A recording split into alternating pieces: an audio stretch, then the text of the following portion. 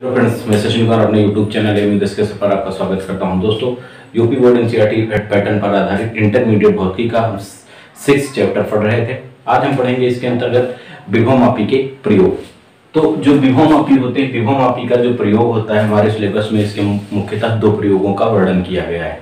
एक है हमारा 2 सेलों का वैद्युत वाहक बलों की तुलना करना। तो हम आज देखेंगे कि हम विभवमापी की सहायता से 2 सेलों के वैद्युत वाहक बलों की तुलना कैसे करते हैं। ठीक, तो इसके लिए हमने माना भाई हमारे 2 सेल हैं, ये हमने मान लिया ये हमारा विभवमापी है। देखिए विभवमापी हमने आपको बताया था, इसमें जो होते हैं विभवमापी में एक लंबा तार होता है। किस तार, कैसा होता है? मिश्र धातु का। तो यहाँ पर जो होता है एक लंबा तार हमने ले लिया, ये हमारा मिश्र धातु का तार AB हो गया। ठीक, मिश्र धातु का तार AB हो गया, जो लकड़ी के आधार पर कसा रहता है। ये तार का सिरा A हो गया और ये तार का सिरा हो गया B। हम क्या करते हैं, इसको, ये जो तार का सिरा A है, इस तार के सिरे A के साथ एक संचायक बैटरी B को, ठीक, एक धारा नियंत्रक RH और एक प्लग कुंजी K को श्रेणी क्रम में जोड़ देते हैं। ठीक, जिन 2 सेलों की वैद्युत वाहक बलों की तुलना करनी होती है, उस सेल के धन सिरे को, उस सेल के धन सिरों को, जैसे ये हमारा पहला सेल हुआ, ये पहला सेल का धन सिरा, ये हमारा दूसरा सेल हुआ, ये दूसरा सेल का हमारा धन सिरा हुआ। तो दोनों सेलों के धन सिरे को विभवमापी के सिरे A के साथ जोड़ देते हैं। फिर जो दोनों सेल के दूसरे ऋण सिरे होते हैं, इन ऋण सिरों को एक द्विमार्गी कुंजी के, एक कुंजी लेते हैं, इस कुंजी को हम क्या कहते हैं? द्विमार्गी कुंजी K2। यहां पर भी एक होती, यहां पर भी एक होती। ठीक, इसको हम K2 बोलते हैं। ठीक, ये द्विमार्गी कुंजी होती है, K2 के साथ जोड़ देते हैं। ये जो कुंजी हमारी K2 होती है, इसके दूसरे सिरे को एक धारामापी G और एक जॉकी J के साथ जोड़ दिया जाता है। ये इसकी जो हो गई रचना हो गई कि जब हमें 2 सेलों के वैद्युत वाहक बलों की तुलना करनी होगी, तो इसके लिए हम क्या करेंगे, एक विभवमापी लेंगे। विभवमापी में जो तार का सिरा A होगा और एक तार का सिरा B होगा। तार के सिरे A के साथ एक संचायक बैटरी B1, एक धारा नियंत्रक RH और एक प्लग कुंजी K1 को श्रेणी क्रम में जोड़ देते हैं। ठीक, जिस सेल का हमें वैद्युत वाहक बल निकालना होता है, उस तुलना करनी होती है, उन सेलों के धन सिरों को हम विभवमापी के सिरे A के साथ क्या करते हैं? जोड़ देते हैं। और इन सेलों का जो ऋण सिरा होता है, इनके ऋण सिरे को एक द्विमार्गी कुंजी K2 के एक सिरे से जोड़ देते हैं। और कुंजी K2 का जो दूसरा सिरा होता है, एक धारामापी G तथा एक जॉकी J के साथ क्या करते हैं? जोड़ देते हैं। अब यहां से जब ये परिपथ जोड़ने के पश्चात हम अपने परिपथ की जांच करते हैं। इसके लिए हम क्या करेंगे, जो प्लग कुंजी K1 होती है, प्लग कुंजी K1 को लगाते हैं। जब प्लग कुंजी K1 को लगाते हैं, तो जो हमारा तार AB होता है, तार AB में धारा का प्रवाह होता है। इस स्थिति में जो हमारी संट युक्त धारामापी होती है, यहाँ पर संट युक्त धारामापी जो S होती है, इसमें जॉकी J को पहले हम तार के सिरे A पर स्पर्श कराते हैं, फिर हम तार के सिरे B पर स्पर्श कराते हैं। तो हम जब तार के सिरे A पर स्पर्श कराते हैं, तो धारामापी की सुई एक ओर विक्षेपित होती है, और जब B पर स्पर्श कराते हैं, तो धारामापी की सुई अगर दूसरी ओर विक्षेपित होती है। तो इसका तात्पर्य है कि हमारा जो परिपथ है वो सही जुड़ा है। अगर विक्षेपण दोनों स्थितियों में एक ही दिशा में होता है, तो हम अपने परिपथ की क्या करते हैं? पुनः जांच करते हैं। ठीक, तो अगर विक्षेपण दोनों दिशाओं में प्राप्त होता है, अब यहां से हम क्या करते हैं? ध्यान देना, अभी हम लोगों ने कल पढ़ा था कि जब शून्य विक्षेप की स्थिति में जो चालक तार के सिरों के बीच का विभवांतर होता है, ठीक, यह चालक सिर का जो वैद्युत वाहक बल होता है, वो E बराबर होता है KL, जहां K होती है विभव प्रवणता और L होती है क्या? शून्य विक्षेप की स्थिति से ए सिरे से तार की लंबाई।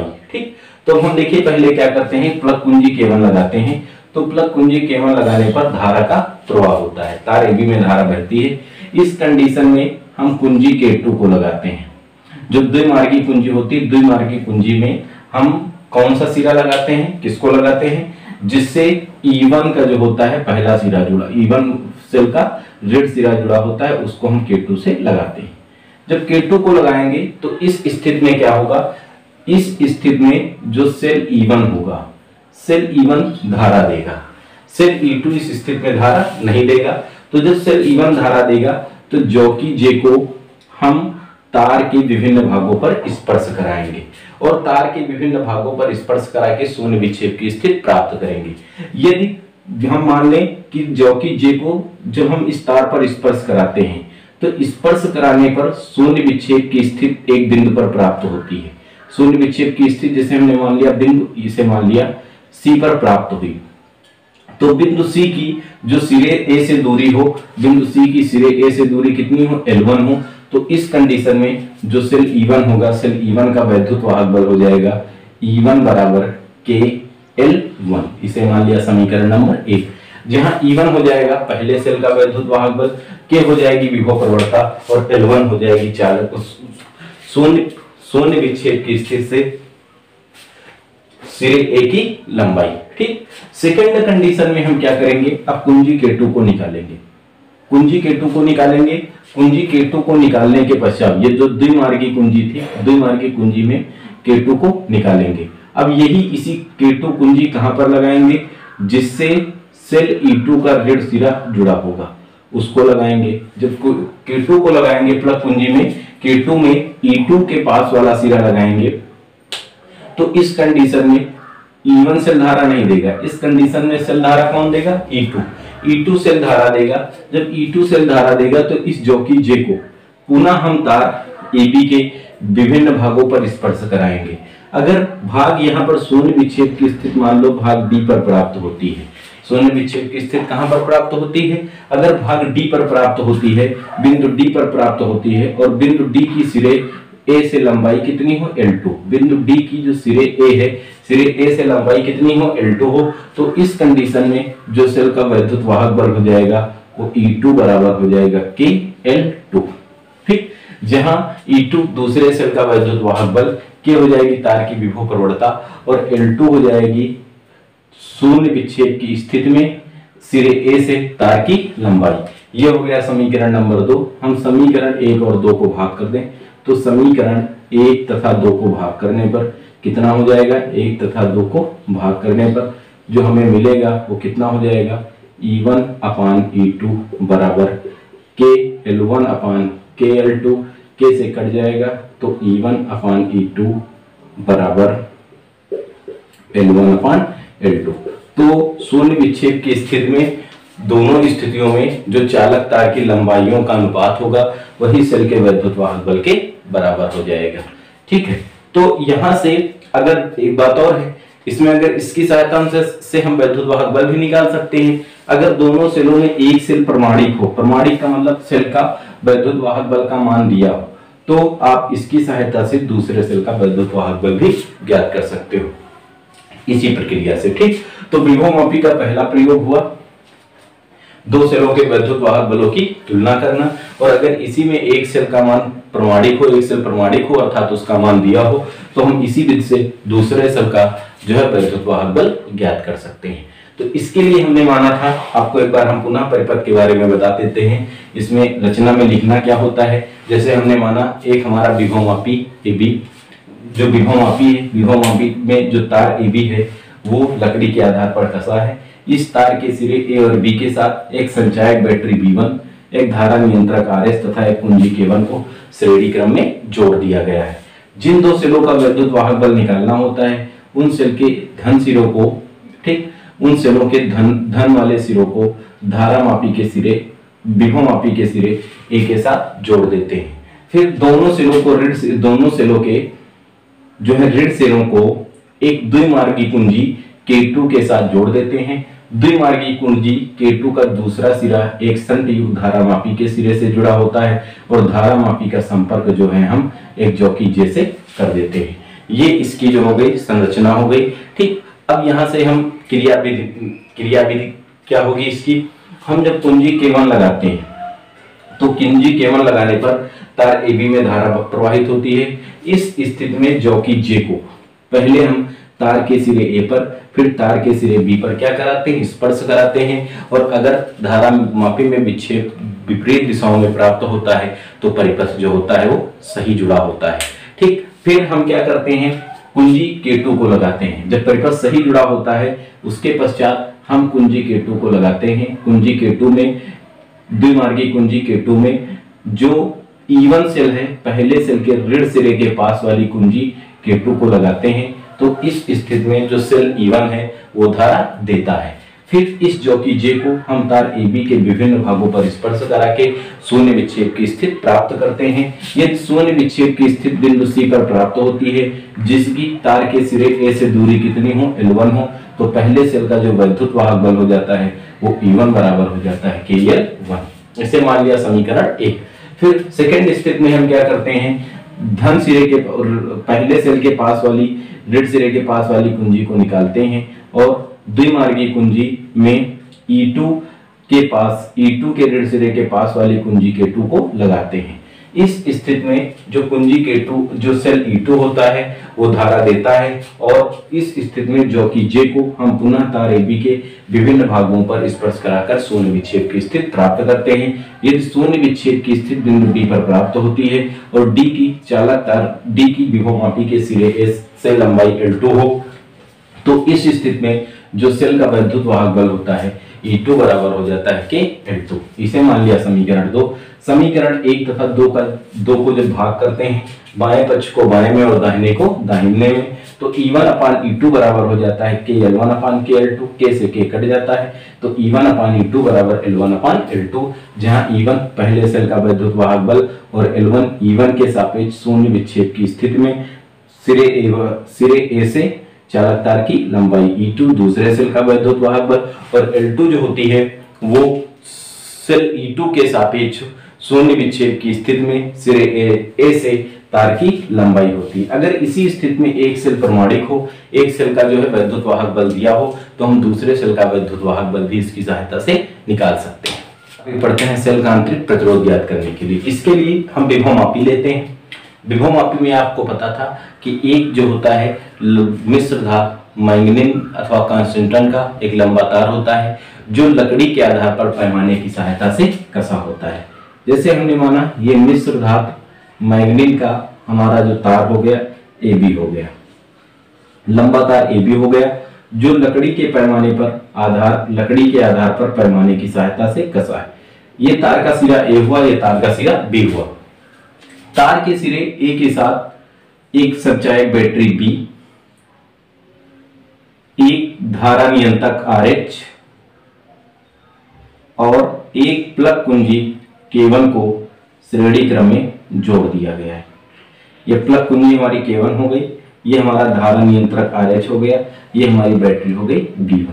ठीक, अब जिस सेल का वैद्युत वाहक बल निकालना होता है उस सेल के धन सिरे को हम विभवमापी के सिरे A के साथ जोड़ देते हैं। इस सेल के ऋण सिरे को एक धारामापी G और धारामापी G को एक जॉकी J के साथ जोड़ देते हैं। ठीक, जो सेल होता है सेल के साथ इस सेल, ये जो सेल था इस सेल का आंतरिक प्रतिरोध कितना हो, स्मॉल r। जो सेल होता है इस सेल के साथ एक प्रतिरोध बॉक्स को हम कह सकते हैं जोड़ दिया जाता है। ठीक, प्रतिरोध बॉक्स को जोड़ दिया जाता है, प्रतिरोध बॉक्स और कुंजी K2 को जोड़ दिया जाता है। अब हम सबसे पहले क्या करते हैं, कुंजी K1 को लगाते हैं। कुंजी K1 को लगाकर हम अपने परिपथ की जांच करते हैं। कुंजी K1 को लगाते हैं जो कि J को पहले तार के A सिरे फिर B सिरे पर स्पर्श करा के देखते हैं धारामापी G में शून्य विक्षेप की स्थिति विपरीत दिशाओं में अगर प्राप्त होती है तो हमारा परिपथ जो होता है वो सही जुड़ा होता है। अगर विक्षेप एक ही दिशा में प्राप्त होती है तो परिपथ की हम जांच करते हैं। ठीक, क्रियाविधि में हम सबसे पहले क्या करते हैं, कुंजी K1 को लगाते हैं। कुंजी K1 को लगाने पर जॉकी J को लगाने पर तार AB में धारा प्रवाहित होती है। इस स्थिति में जो हमारा जॉकी J होता है, जॉकी J को हम तार AB के विभिन्न भागों पर स्पर्श कराते हैं, विभिन्न भागों पर स्पर्श कराते हैं और शून्य विक्षेप की स्थिति प्राप्त करते हैं।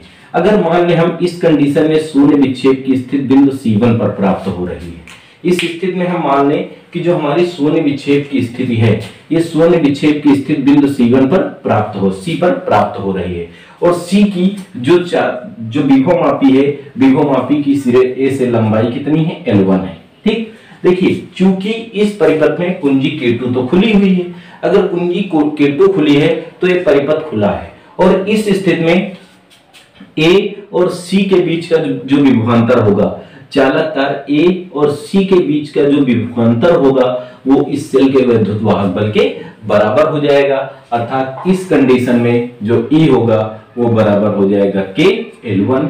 ये समीकरण 1 होगा, जहां E हमारा हो जाएगा सेल का विद्युत वाहक बल, K हो जाएगी विभव प्रवणता और L1 हो जाएगी शून्य विक्षेप की स्थिति में